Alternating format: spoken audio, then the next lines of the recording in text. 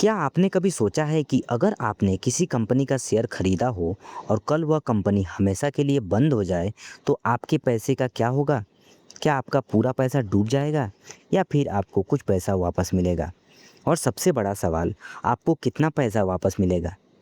क्या आपको उतने पैसे मिलेंगे जितने में आपने शेयर खरीदा था या करेंट शेयर प्राइस के हिसाब से पैसे मिलेंगे? अगर आपके भी मन में यही सवाल है तो इसका जवाब छुपा है एक फाइनेंशियल रेशियो जिसे कहते हैं बुक वैल्यू।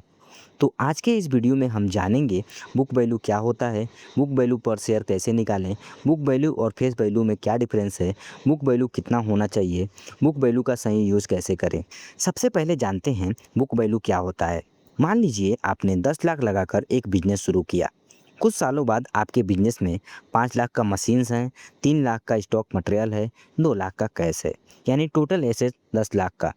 लेकिन आपके ऊपर 4 लाख का लोन भी है। अगर आप अपना बिजनेस बेच दें तो लोन चुकाने के बाद आपके पास बचेंगे 6 लाख रुपए। यही 6 लाख उस बिजनेस की वास्तविक नेटवर्थ है।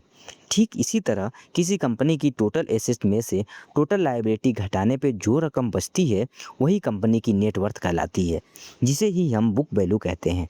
और इसी नेटवर्थ को शेयर की संख्या से डिवाइड करने पर हमें बुक वैल्यू पर शेयर मिलती है।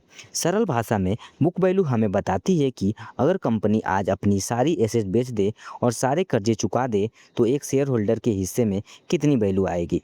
बुक वैल्यू पर शेयर कैसे निकालें? बुक वैल्यू पर शेयर निकालने का फार्मूला है book value per share is equal to total assets minus total liability divided by total outstanding shares. जैसे मान लीजिए किसी कंपनी के टोटल एसेट्स 100 करोड़ है, टोटल लायबिलिटी 40 करोड़ है और total numbers of share 10 crore है। तो net worth is equal to 100 crore minus 40 crore is equal to 60 crore. अब book value per share is equal to 60 crore divided by 10 crore, यानी 6 रुपये। यानी कंपनी की बुक वैल्यू पर शेयर 6 रुपये है। बुक वैल्यू और फेस वैल्यू में क्या डिफरेंस है? यहाँ बहुत से नए इन्वेस्टर कंफ्यूज हो जाते हैं क्योंकि बुक वैल्यू और फेस वैल्यू दोनों अलग अलग चीज़ें हैं। फेस वैल्यू वो वैल्यू है जो कंपनी की शेयर जारी करते समय तय करती है, जैसे 1 रुपये, 2 रुपये, 5 रुपये या 10 रुपये। वहीं बुक वैल्यू कंपनी की नेटवर्थ के आधार पर कैलकुलेट की जाती है। इसीलिए किसी स्टॉक की फेस वैल्यू 10 भी हो सकती है लेकिन उसका बुक वैल्यू 200 भी हो सकती है। दोनों का आपस में सीधा संबंध नहीं होता है। बुक वैल्यू कितनी होनी चाहिए? यह सबसे ज़्यादा पूछा जाने वाला सवाल है, लेकिन इसका कोई फिक्स आंसर नहीं है क्योंकि बुक वैल्यू को हमेशा इंडस्ट्रीज के हिसाब से देखना चाहिए। उदाहरण के लिए बैंकिंग और फाइनेंशियल कंपनियों में बुक वैल्यू काफ़ी महत्वपूर्ण होती है, लेकिन टेक्नोलॉजी कंपनियों में बुक वैल्यू उतनी महत्वपूर्ण नहीं होती है क्योंकि उनकी असली ताकत सॉफ्टवेयर, ब्रांड वैल्यू, डाटा और इनोवेशन होती है। इसीलिए बुक वैल्यू खासकर उन कंपनियों में देखना चाहिए जिनके पास फिजिकल एसेट्स ज़्यादा होती हैं, जैसे बैंक्स, एनबीएफसी, इंश्योरेंस कंपनियां, manufacturing companies, real estate companies. इसीलिए सिर्फ हाई बुक वैल्यू देखकर स्टॉक खरीदना सही नहीं है। बुक वैल्यू को हमेशा कंपनी के बिजनेस और इंडस्ट्रीज के हिसाब से एनालाइज करना चाहिए।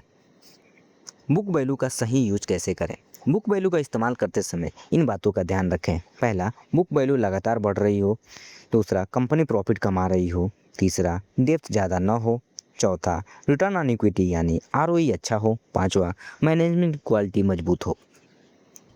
तो दोस्तों, बुक वैल्यू हमें बताती है कि कंपनी की सारी एसेट बेचने और सारे कर्जे चुकाने के बाद कितना पैसा बचता है।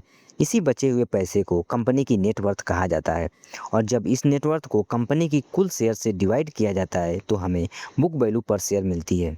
यानी सरल शब्दों में बुक वैल्यू हमें बताती है कि अगर कंपनी बंद हो जाए तो एक शेयर होल्डर के हिस्से में कितना पैसा आ सकता है।